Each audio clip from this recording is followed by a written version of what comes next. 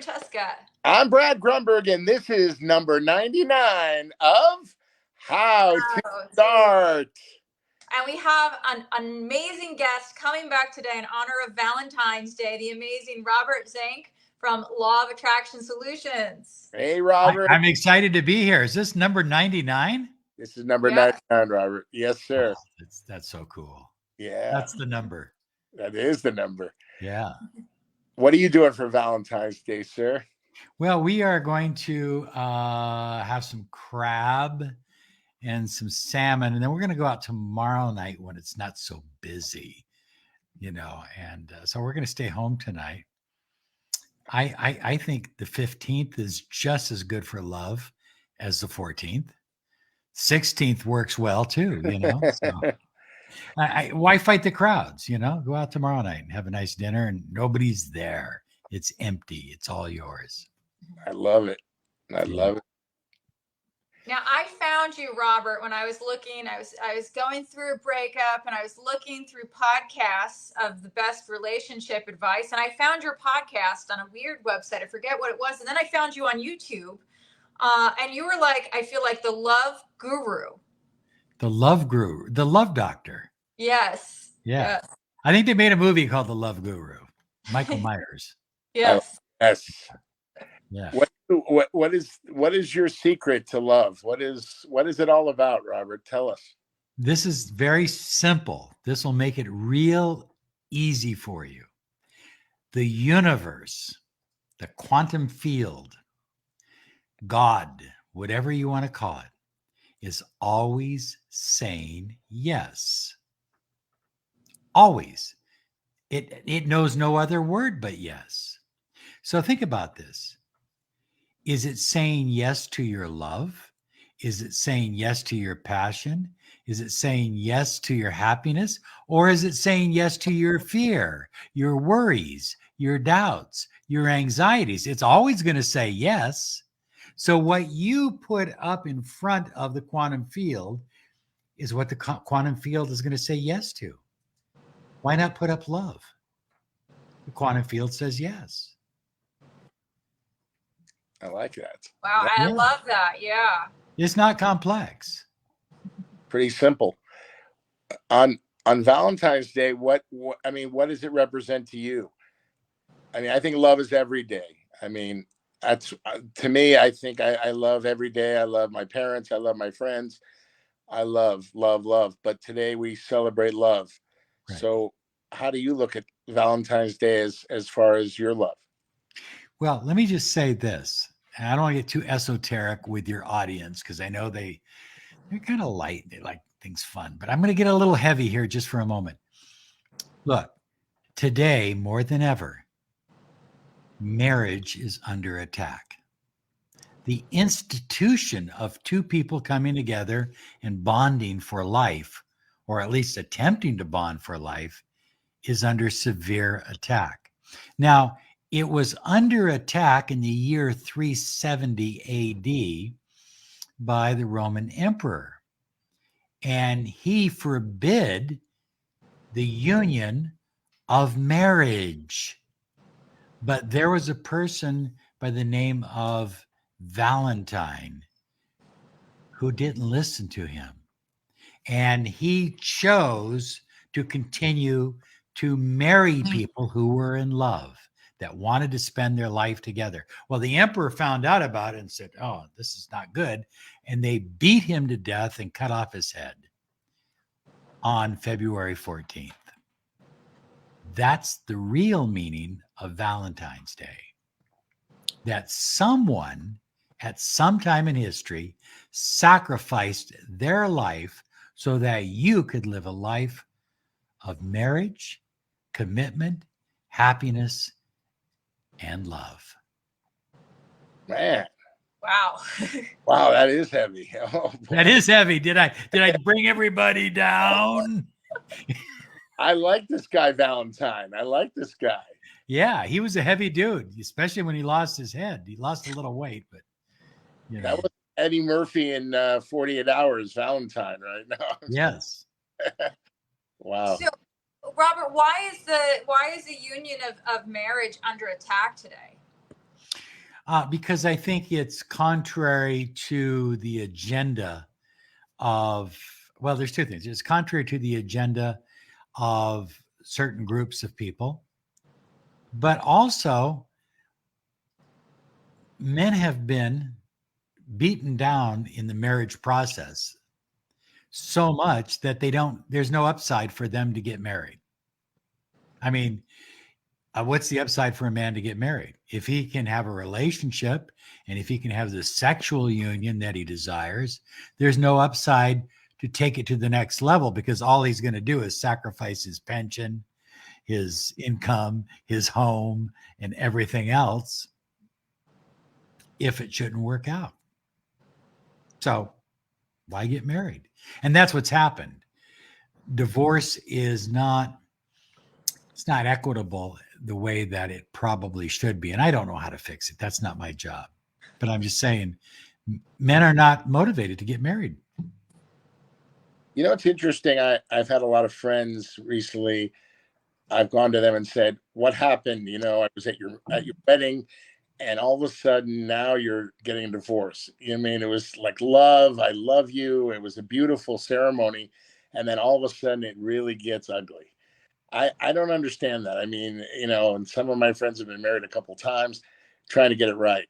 What do you? I mean, as far as finding the right partner, what is your advice about love? Well, I think you need to find someone that you can work with that is a friend. And you can always learn to create the other elements. Some people say, "Oh, I've got to have this chemistry." But chemistry only lasts for so long. You know, it's like the flavor in a Coca-Cola. You know, it'll go flat eventually, because life just has a way of, you know, kind of getting in the way of that natural chemistry. So find somebody that you really have a relationship with, that you can build with, that you can share dreams with, that you can communicate with, that is willing to listen to you and your dreams and your goals. And I think that's the beginning. You know, a guy came to Stephen Covey, who wrote the book 7 Habits of Highly Effective People. And he came to him after a workshop, and he said to Stephen Covey, he said, "You know, I just don't have the feeling anymore with my wife. And I'm just wondering what I should do." And Stephen Covey said, "Love her." And he says, "You know, you're not getting it. I don't feel it anymore for her. There's just nothing there. What should I do?" And Stephen Covey said, "Love her." And then the guy became irate. And Stephen explained to him, love is not just a feeling. It's a verb. It's something you do. It's an action you take. And the more you take that action, the more you receive it back. And it's all good, baby. I like that, baby. I love it. I love it. What you know, when you say find your best friend, I agree. I mean, you know, when you're friends first, then Right. it develops into love and, you know, relationship and chemistry. But I think, like you said, the uh the foundation is friendship, is you're finding your best friend, finding your biggest cheerleader. You know, I really believe that. You know, how about your love? Tell us about your love, Robert. I'm in love with the world, man. I love it. You know, I'm high on love.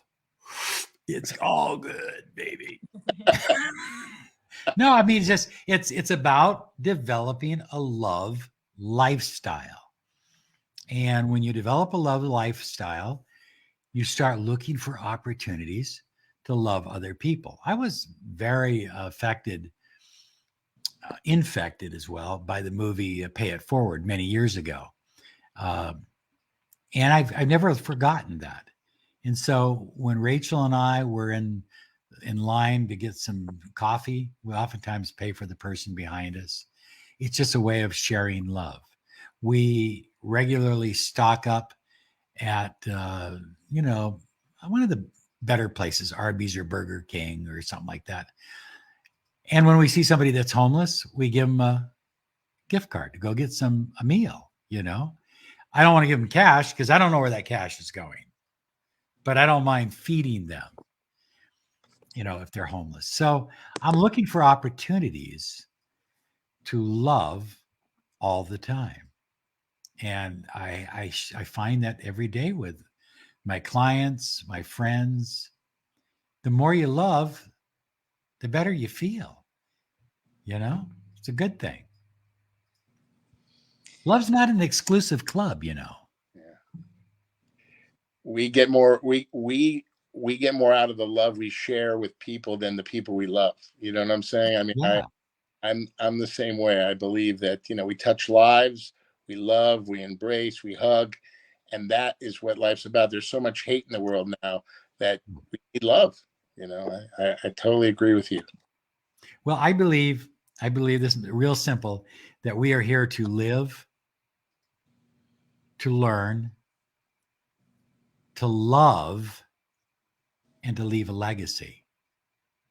And part of that legacy is our ability to love. Because, hey, we're all here temporarily.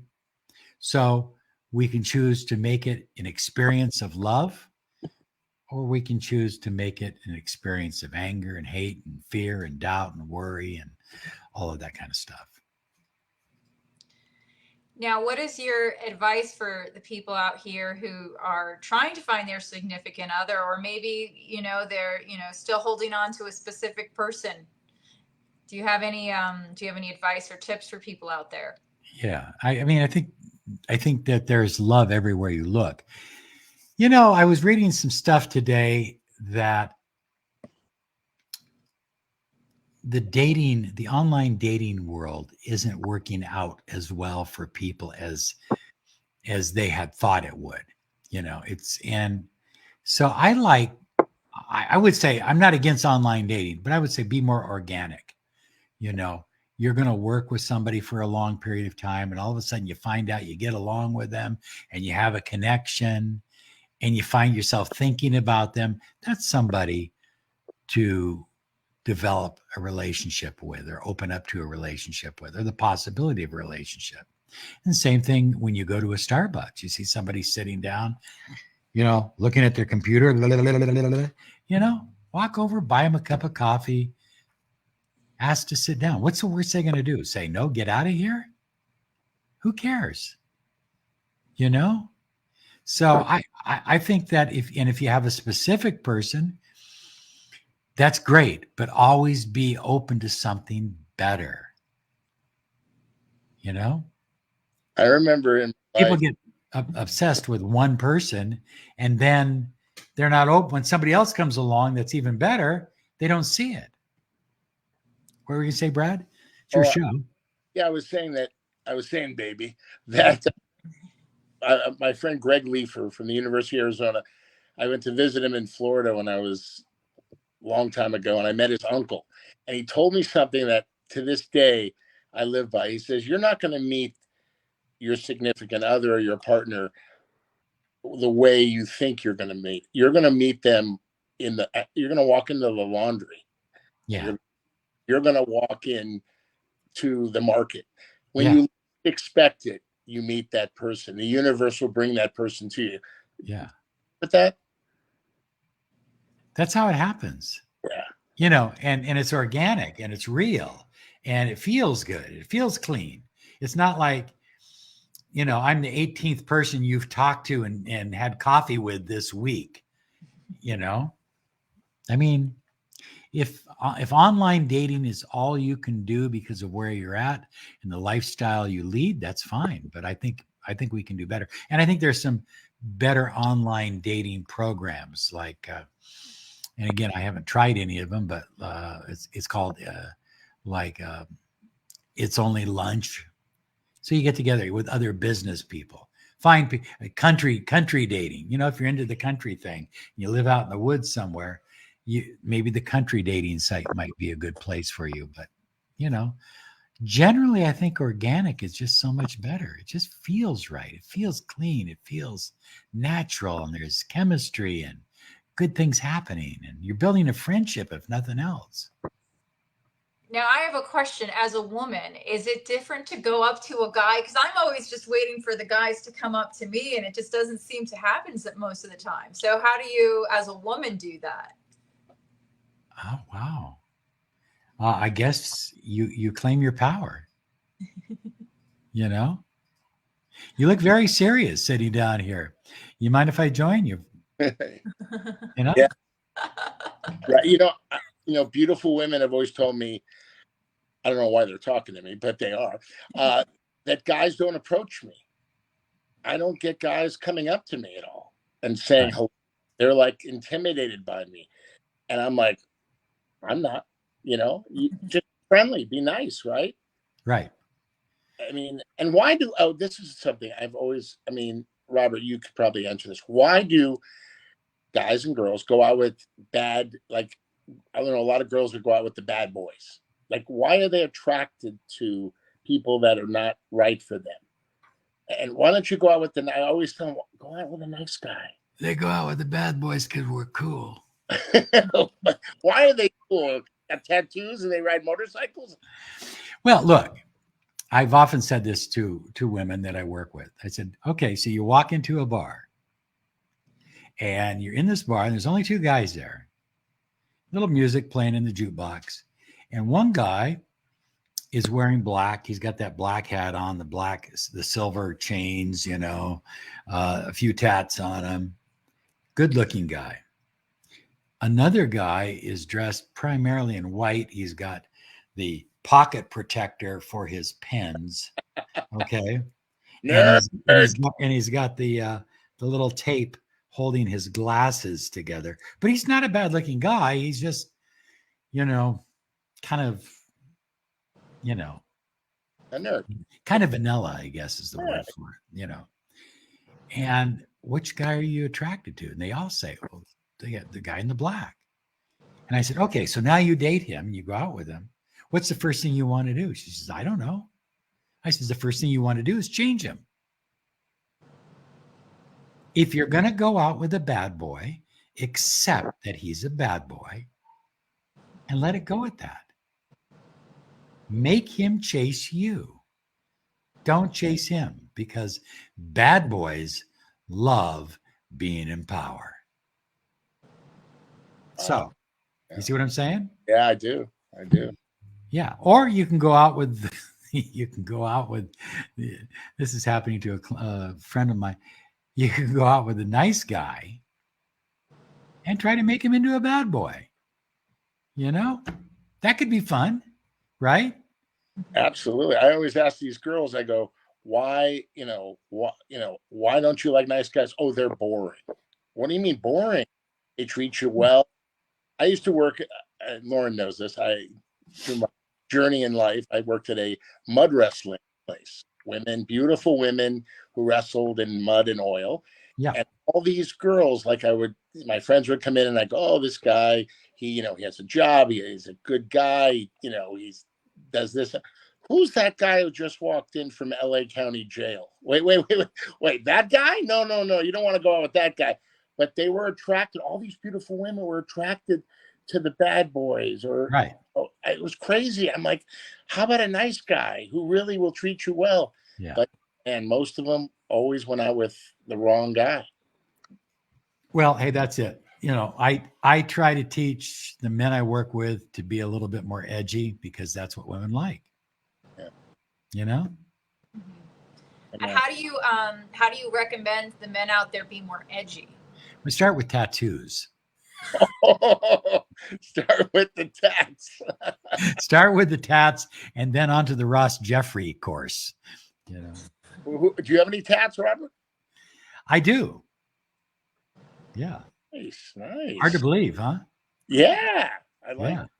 Oh, wow. But I'm one of those, I'm conservative. I'm one of those people that believe that your tats should be invisible unless you want other people to see them.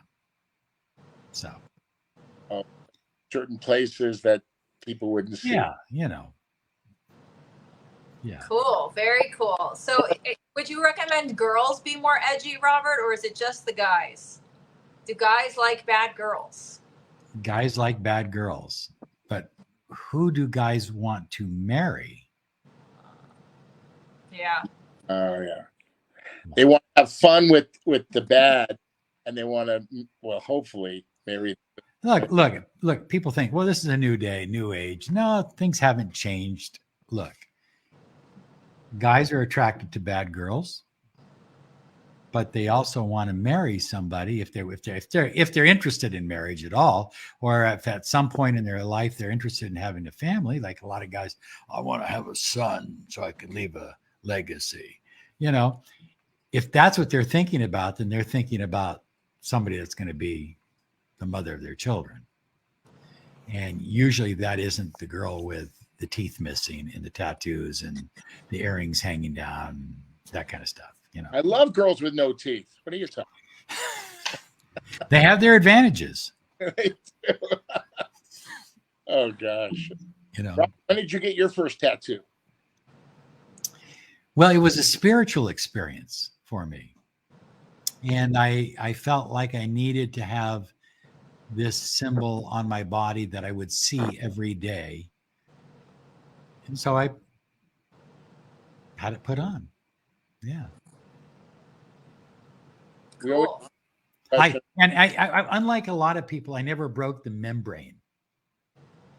You know, you break that membrane of getting one tattoo, and then pretty soon you go, wait a minute, I got to get two. There's a space here. How about three? You know, I have been toying around because I have a birthday coming up. Happy birthday. And I've been toying around about getting a rooster put on my arm. You know? A rooster. A rooster. Yeah. I have no idea why. No, it's not because it's a cock. It's a rooster.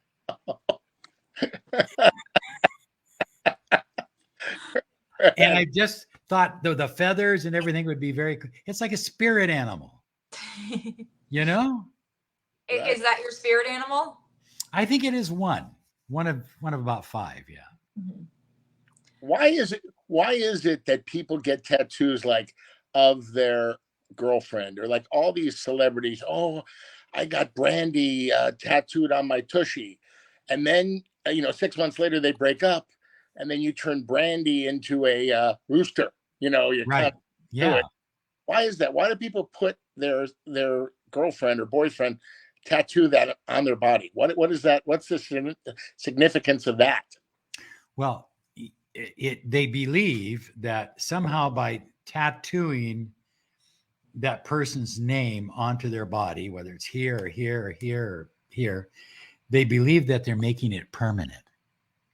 But according to a tattoo artist that I talked to, he refused to put people's names on their body unless they had passed away and it was a memorial.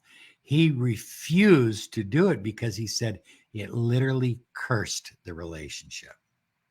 Oh. I agree. Think about that. Yes. You put that tattoo on, and all of a sudden, things start going to south. Yeah. Wow. Now, Robert, you have so many amazing hypnosis playlists that I love to listen to. Explain to us the benefit of hypnosis or listening to your recordings. So remember, the universe is always saying yes. We talked about that earlier. Whatever you desire, whatever you want, relationships, money, whatever you want, the relationship is always, or the universe is always saying yes. But the problem is your subconscious is often saying no. So the universe starts saying yes to your no. Okay. And that's where things really get effed up, because now you're putting out this vibe, this subconscious vibe of, no, I'm not good enough. This is never going to happen. I got anxiety, yada, yada, yada. And that's what you start attracting more of. So what I do is I drill down into that subconscious mind. And I also work on the body sometimes as well, because Wilhelm Reich, a great psychiatrist who studied under Sigmund Freud, said that a lot of our beliefs, they're really trapped in the muscular armoring of the body. This is why yoga is so good. This is why people who do yoga and things like that all of a sudden start clearing, because they've had this stuff trapped in their body for years, since childhood oftentimes. And now all of a sudden they're releasing it by doing these yogic stretches and postures and poses and so forth. So there's that. The hypnosis gets directly into the subconscious and shifts the subconscious. And I think that's important. Also, the only way we can get into the past life nature of that individual, whether you believe in past lives or not. The nice thing about past life therapy is it works whether you believe it or not. Okay. So how do we know that you didn't make a oath or a vow of poverty in a past life or chastity? And so now you've got this conflict going on in this life, where perhaps you're focused on wealth building, or you're focused on a sexual relationship. Do you see the conflict? We've got to go into that past life, and we've got to relive that situation and change the timeline there so that it changes in your conscious life today. Oh, how do we do that? How do you do that? Lay down on the couch, baby. No, we do clients online as well. So, but you usually have to put you into a pretty deep state of hypnosis, and we'll have to do it 2 or 3 times, because each time you're going to go a little bit deeper into trance as you begin to trust the process. The first time you'll start twitching because you're going so deep, you don't like it. You're going, I'm losing control. But then pretty soon you'll just go, wow, this is nice. I go as deep as we can. And we can get you so deep that you can go to the dentist and have them work on you without Novocaine. Isn't that fun? Oh, I don't know. Oh, good. Robert, our show is called How to Start. How did you start all this? I was born. Yeah. How did I start what? Oh, well, you have a gift of helping people and showing love and relationships and all that. How did you start in this business that you are in now? Well, back in my late 20s, early 30s, I was under so much anxiety. I had a breakdown, and it lasted several years. And I never forget what my grandma told me at that time. She said, you may not believe this now, but you're going to be able to take your experience and use it to help others in the future. And then I started going to see this psychiatrist. I was learning Reiki and body works to release the stuff out of my body. And I said, I'm thinking of working on a psychology degree so I can do therapy. And he says, you don't need a degree. He says, you're better off without one. He says, you already have everything you need. Well, I kind of put that aside, but then later on, as I started working with people in the mystical field, training people in telepathy and things like that, a lot of them asked me for counseling or mentoring. So I started doing mentoring and coaching on the side. And then I ended up doing more and more. And then one night about 11 o'clock on Blog Talk Radio with no one listening, I opened up a microphone and started my first podcast. And I don't think anybody was listening. I was on for about an hour. I think I had a guest. I can't remember. Nobody listened. Nobody responded, not even an email. But that's where we started. And we started working with more and more people. And now we've worked with people in 60 different countries. We get results with people in every area of their life. We are working with, in your business, we've worked with Academy Award winning producers who produced some Academy, she produced an Academy Award winning documentary. Worked with actors, writers, businessmen, lawyers, all kinds of people. Butchers, bakers, and candlestick makers as well. Amazing.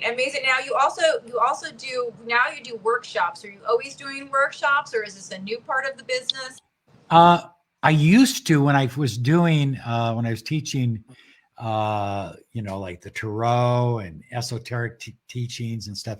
I did workshops all over the world, Germany, Switzerland, England, France, all over the place. But now I am focusing on mostly doing these deep, intensive events that last about 3 days in Sedona. Because I believe each one of us has a vortex within us, a manifesting vortex. And when you align to that vortex, when you learn how to unleash your vortex, there's nothing that can stop you from getting what you want. That's why we do it in Sedona, because there's a big vortex. We actually do the event in the vortex. A lot of fun. You get busy. Yeah, Robert, I bet you're very busy. Robert, what do you think about karma? Do you believe in karma? What you put out in life comes back to you, good and bad? Yeah, I just think it's what do they call it? The law of cause and effect, right? What do you think? I believe that. I mean, I've seen it, and people think, oh, that person will never get their comeuppance and all that. Mm-hmm. Trust me, it might not happen now. It might not happen in a week, a month, but what you put out, good and bad, will come back if you touch lives. Like I think Robert, when he gives his little gift card at McDonald's and then feeds that homeless person, that comes back in a good way. Not that you're doing it for any reason other than helping people, but I believe what touch people's lives, it comes back to you. And yeah, it's not about it coming back. I put together, because I work with so many different kinds of people, I put together people who are in different businesses and industries and things together to work together. And I don't get paid anything for that, but I enjoy doing it because I enjoy seeing them maximize their potential and find partnerships. And it helps my partnerships with them. So yeah. I love that. And I'm the owner of 2 Black Magic cameras, by the way. So I'm ready to start producing movies. I know 2 actors that want to work with you. Lauren, we're ready.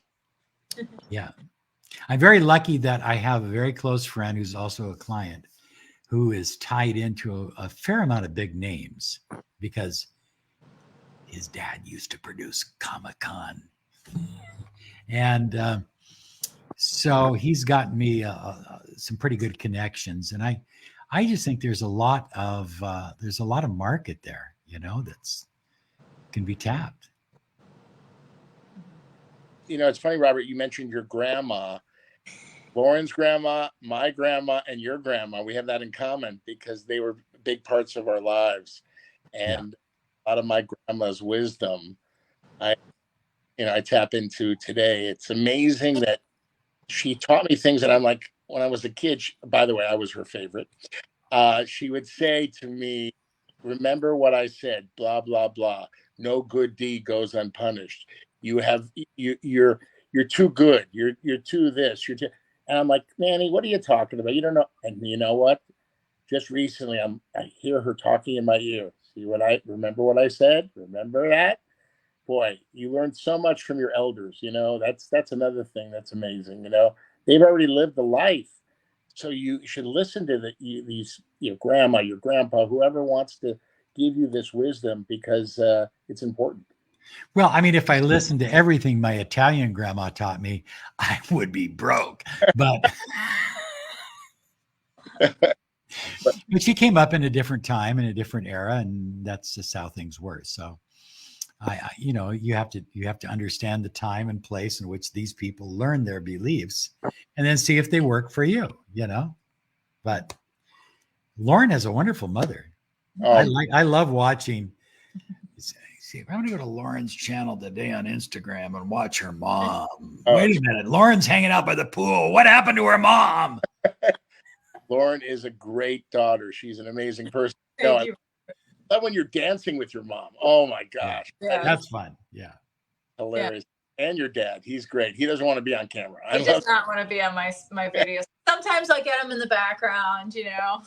Yeah. Yeah. He does a cameo once in a while. Yeah. Yeah. Right. Yeah. Well, she'll be happy to know she was mentioned in the live stream. She'll watch it later. So thank you, Robert. Perfect.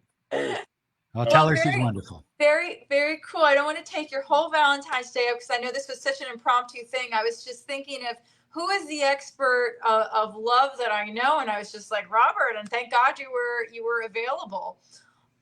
Where can people find you on social media, and what do you have coming up? Because I know I have a lot of singles in my chat right now, so I'd love to help them out. And well, look at it honestly, if you can put aside the time, the first weekend of June, Friday, Saturday, and Sunday, the first weekend of June, we're going to be in Sedona, Arizona.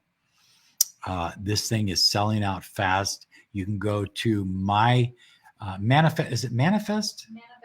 Manifestyourperfectdestiny.com. Manifestyourperfectdestiny.com. Go there. You're going to be there for 3 days. It's intense. We go from morning till night, and then we have everybody sitting around the campfires and going into deeper discussions. But when you leave, you're going to have a clarity and a certain sense of inner power that you didn't have before to attract the love in your life that you not only deserve, but well, you desire as well. So that's what I would recommend people do. And then, of course, we're on YouTube, Law of Attraction Solutions, and we are on Instagram as well. That's great. Robert, you're touching lives every day, everywhere. And we are so blessed to have you on our show on Valentine's Day. Yes. Wow. Yes. And I have to give you some love here. I'm going to quote my grandma, okay? Okay. Zink, you should only sei gesund. And that means you should only live and be well, sir. Thank you so much. So much for being on our Valentine's Day 2023, number 99. I'm Brad. Number 99. Yes. Wow. Is that a good number? I'm going to get that number painted on the side of my car. No, get tattooed on your tush. Tattooed, yeah. Right? Be a little bit more edgy. There you go, bad boy. Well, I'm Brad Grunberg once again. Lauren Francesca. Robert Zink. We'll see you next time on How to Start. Thanks, Robert. Thank you. Robert. Bye-bye. Law of Attraction Solutions, guys. Make sure you follow them. Yes. Bye. Have a Happy Valentine's Day. Thank you. hug somebody today. Give somebody a hug and buy them a gift card. Yes, preferably a stranger.